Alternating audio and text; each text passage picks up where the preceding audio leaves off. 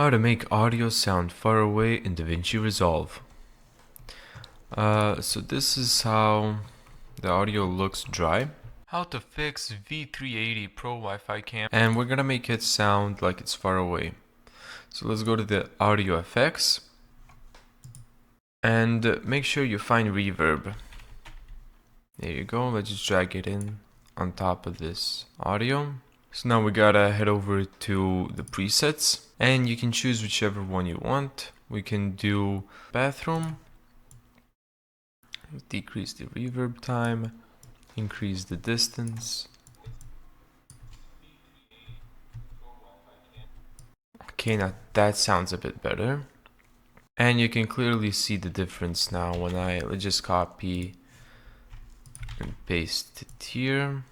So this is before and this is after. How to fix V380 Pro Wi-Fi camera connection failed. How to fix V380 Pro Wi-Fi camera connection failed.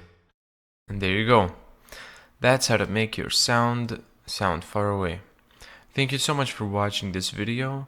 If you found this tutorial helpful, make sure to give it a thumbs up and subscribe.